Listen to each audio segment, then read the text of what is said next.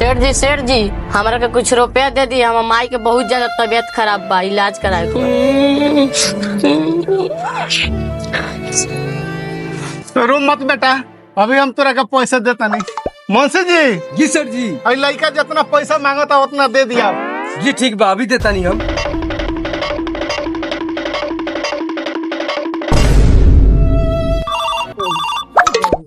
हो जान बोलो।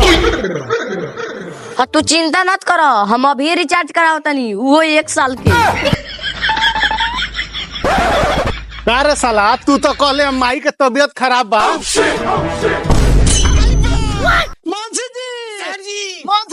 जी साला का सेठ जी कोई बड़ा पहले उठाना रे। आई वाहन चदवा है 4 दिन का छोकरा खाना तरह से पोखरा।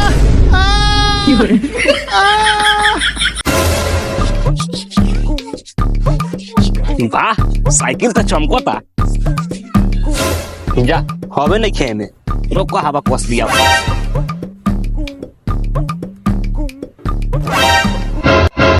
का हो हमरा बाप के भाई केनो जाए के बा का? साइकिल पोछाता। हाँ तोरा माई के माई लगे जाए के बा। ओ चाचा सरऊ तोरा मुंह में कौन लार पेल देल बा का कि गाड़ से बोलत रहो। रे बहन चोदवा ई हमर साइकिल हो, हम एकरा के पोछी चाहे ऐसे गाड़ ली भाई। तो नहीं कह रे। हाँ तो तू अपना साइकिल से अपन गाड़ ली वाह हम चल नहीं सो। आय आय बगुआ सो तनी है ने आवसो ना, तनी हमरा साइकिलवा में हवा कस ना दसो आवसो। तब माथा की खीस गाड़ में निकल गए।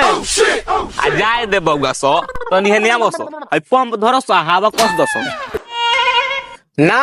हमनी तो ना धरम सो। हाँ त का हमर लार धरबसो ना। हमनी वो ना धरसो बैगन। हाँ त मत धरसो साला, हम अपने से कस ले साले। एकरा बाद मंगा लोग साइकिल जूजी दे दम हाकेला।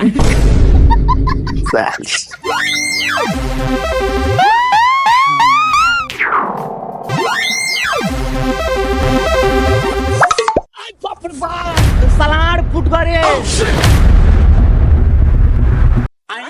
चाचा के यार फुट गए। बाप रे बाप सलाड।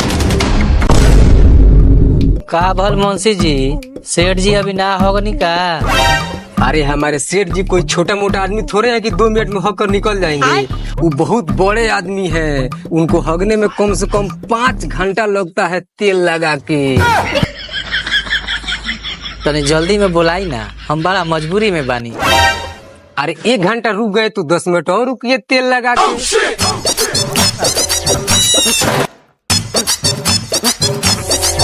मुंशी जी सेठ जी कहाँ बनी? सेठ जी अभी होगो तनी तेल लगा के।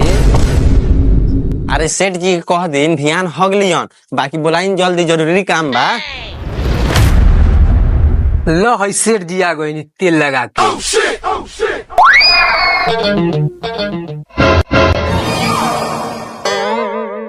हाँ तो बोलो क्या चाहिए तुम लोगों को? सेठ जी हमने क्या चाचा चुप एक एक करके बताओ।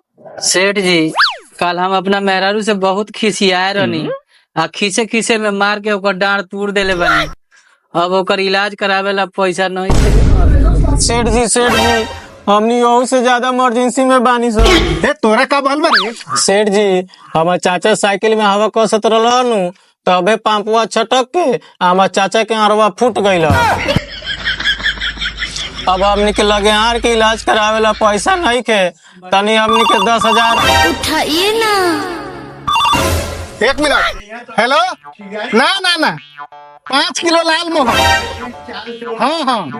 हाँ 5 किलो जिलेबियो लेवे के बा। हाँ ठीक बा। हाँ तो तोरा मेहरारू के हाथ फुट कर लखो। अरे सेठ जी हमनी के चाचा के नुआर फूटल बा। ओ अच्छा। तोरा चाचा का भल? अरे हमरा चाचा के कुछो नहीं के भयल, हमरा मेहरारू के डांड टूटल बा, वही ला 10,000 रुपया मांगे आयल बनी। ओ अच्छा तोरा चाचा का डांट टूटल बा, तोरा मेहरारू के हाथ फुटल बा। तोरा चाचा के आड़ फूटल बा, तोरा मेहरारू के डांट टूटल बा। हाँ हमनी के चाचा के यार फूटल बा और 10,000 रुपया चाहिए इलाज करावेला।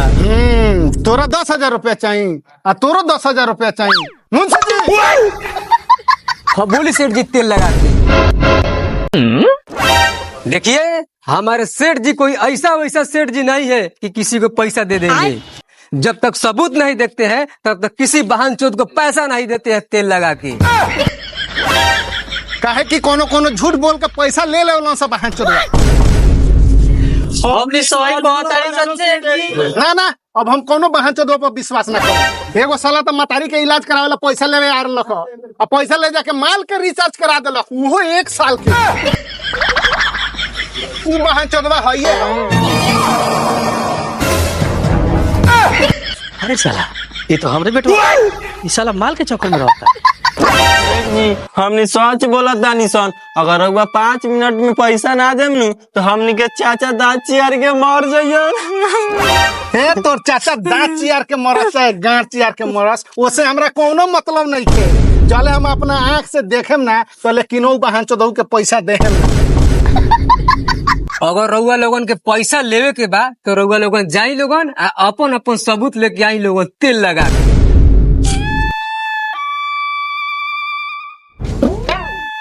बहन चोदो खाली लवरई के सेठ बनता रह, खाली पैसा ना लेवे रे नु तो ये जब पटक के मुंह में मुंह दे।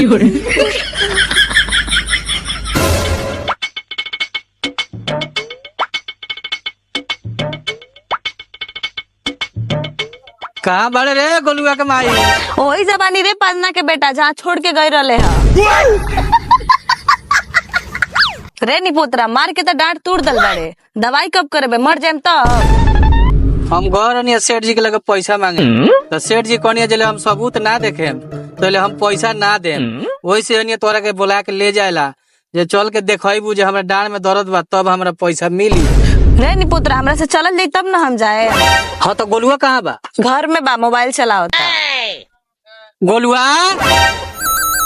हाँ पापा चलते अपना माई के बाँह धर आ लेके चल सेठ जी के लगे।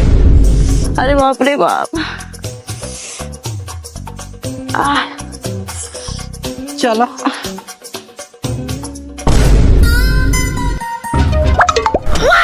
अरे साला नीमन से पकड़ ला। हाँ माई इतना भारी भी तो हम क्या पकड़।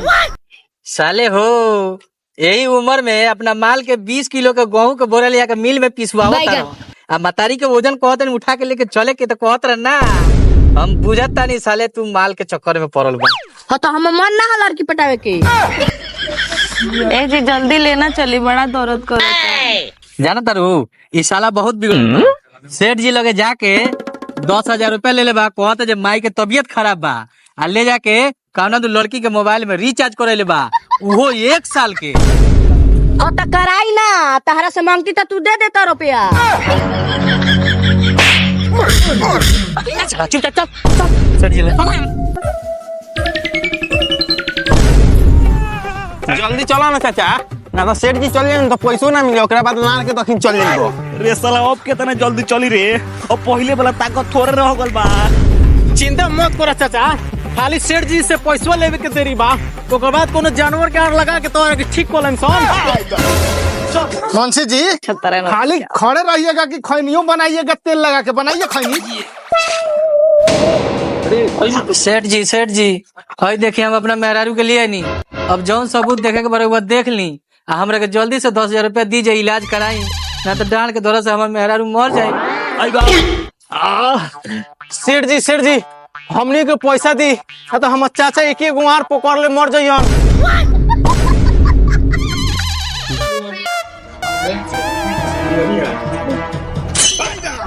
प्राण में दर्द हो।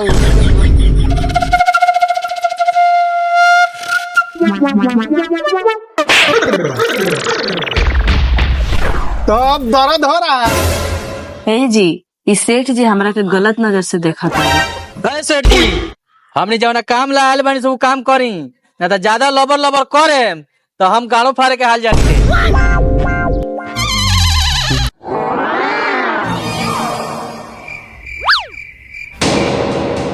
का रे साला तू है नु हईस जे हमरा से 10,000 रुपया ले जाके माल के साल भर के रिचार्ज करैले रहीस अरे ना ना सेठ जी, ई ऊ लड़का ना हो, ई हमर लड़का हो। बहुत संस्कारी लड़का बा। ई रोज स्कूल में पढ़े जाला। आ रउआ जब ना लड़का के बात करता नहीं नु, वो कोनो दोगले के लड़का हो।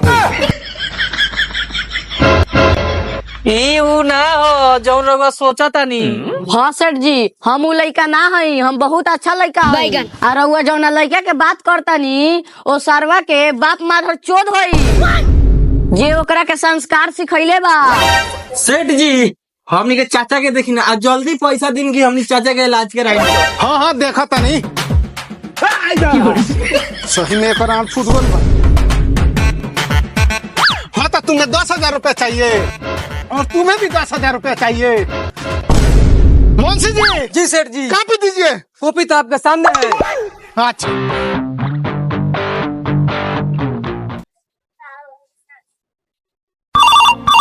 उठाइए ना। उठ। हाँ प्रणाम प्रणाम। हाँ सब अपना बताइए, पहले बताइए अपना।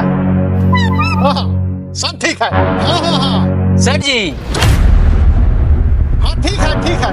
हाँ हाँ उसको कल भेज देंगे, सब काम हो जाएगा। अरे बाप रे बाप, हम ना रे। एक मिनट रुको, अभी हम बताइए नहीं।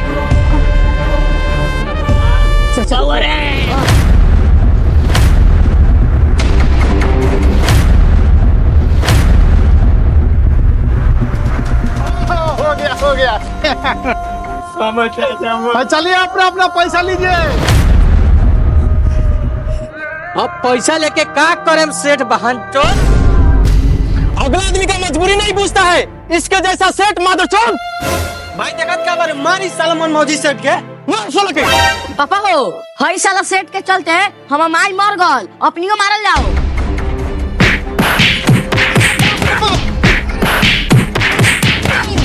अरे साला मामला तो बिगड़ गई। बुझा तो हमारा भाभी बड़ी तेल लगा